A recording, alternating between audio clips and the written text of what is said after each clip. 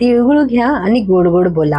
वर्षातला हा पहिला सण म्हणजेच मकर संक्रांत। हा सण मुख्यतः पीक कापणीचा आणि निसर्गाबद्दल कृतज्ञता व्यक्त करण्याचा सण आहे। शेतकऱ्यांच्या मेहनतीला या दिवशी मान दिला जातो। नवीन धान्य, तिळगुळ यांचा वापर करून पदार्थ बनवले जातात। त्यातलाच एक पदार्थ म्हणजे तिळगुळाचे लाडू। योग्य प्रमाण वापरून हे लाडू कुरकुरीत कसे बनवायचे त्यासाठी हा व्हिडिओ लास्टपर्यंत नक्की बघा। लाडू बनवण्यासाठी लागणारे साहित्य: 200 ग्राम नॉन पॉलिश तीळ, 250 ग्रॅम चिकीचा गूळ, 30 ग्रॅम शेंगदाणे, 7 ते 8 वेलची आणि थोडीशी जायफळ, 2 मोठे चमचे पाणी आणि 1 मोठा चमचा तूप। सर्वात प्रथम आपल्याला गॅसच्या मंद आचेवर एक जाड तळाची कढई ठेवायची आहे। त्यामध्ये आपल्याला शेंगदाणे भाजून घ्यायचे आहेत। जोपर्यंत या शेंगदाण्याची साल निघत नाही तोपर्यंत याला मंद आचेवरती भाजून घ्यायचे आहे। शेंगदाण्यांना डाग येईपर्यंत आपल्याला भाजायचे आहेत, पण ते करपवायचे नाही आहेत, नाहीतर लाडूची टेस्ट खराब होईल।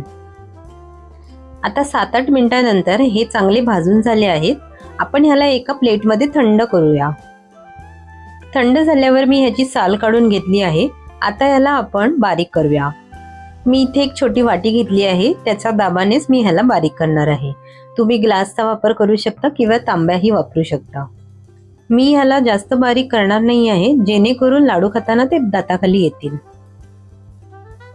हे बघा, हे इतपत बारीक करायचे आहेत। मोठे तुकडे राहिले तरी चालतील। आता आपण त्याच कढईमध्ये तीळ भाजणार आहोत। इथे मी 200 ग्रॅम नॉन पॉलिश तीळ घेतले आहेत। बिना पॉलिश केलेल्या तिळाची चव खूपच छान असते, त्यामुळे लाडवाला सुद्धा चांगली चव येते। त्यामुळे तुम्ही बिना पॉलिशचेच तीळ वापरा। आता मंद आचेवरती आपल्याला सतत ढवळत हे तीळ भाजून घ्यायचे आहेत। तीळ भाजण्यासाठी कमीत कमी 10 मिनिटे लागतात। आता हे तीळ भाजून झाले हे कसे ओळखायचे तर हे बघा, हे अशा प्रकारे थोडेसे दाणे हातामध्ये बारीक करायचे। जर त्याची पावडर झाली म्हणजे ते तीळ चांगले भाजले आहेत असे समजावे। आता हे तीळ तडतडत नाही आहेत, परंतु ते भाजले गेले आहेत, कारण हे खूप प्रमाणात तीळ घेतले आहे, त्यामुळे ते तडतडत नाही आहे।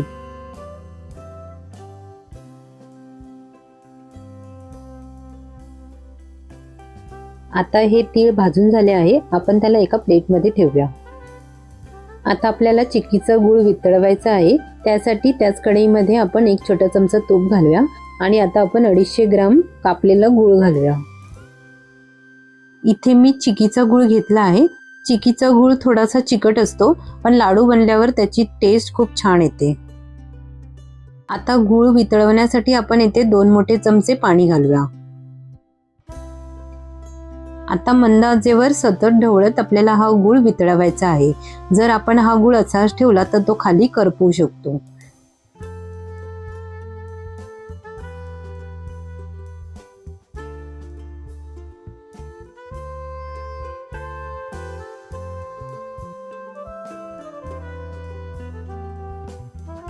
आता हा गूळ वितळायला आला आहे। आपण यामध्ये वेलची आणि जायफळ पावडर घालूया।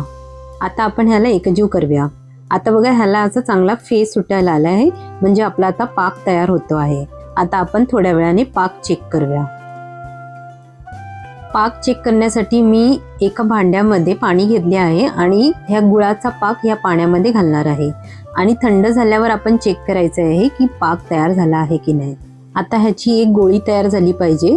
जेव्हा ह्याची व्यवस्थित गोळी तयार होईल आणि हा कडक होईल तेव्हाच आपला पाक लाडू तयार करण्यासाठी तयार झाला असं समजावा। अजून हा पाक तयार झाला नाहीये, त्यासाठी आपण 2 मिनिटं परत सतत ढवळत हा पाक तयार करूया।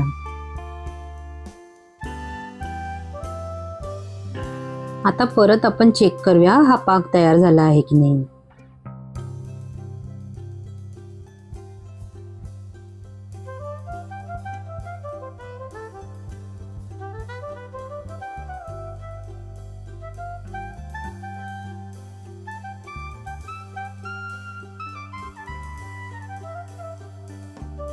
आता ह्या पाकाची गोळी सुद्धा होते आहे आणि मी आता ह्याला पाण्यात फेकते तर ह्याचा टर्न करणं आवाज येतो। हा बघा,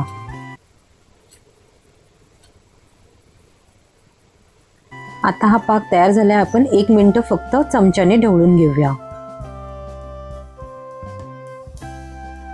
आता यामध्ये भाजलेले शेंगदाणे आणि भाजलेले तीळ घालून एकजीव करूया.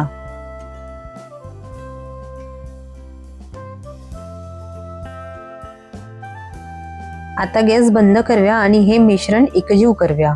हा गूळ सर्व तीळ आणि शेंगदाण्यांना लागला पाहिजे.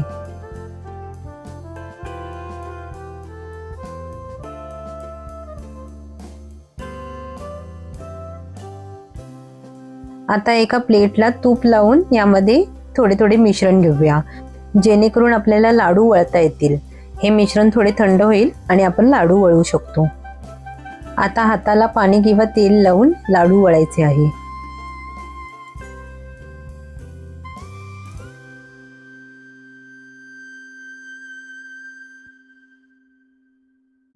हा बघा, एक लाडू तयार झाला आहे.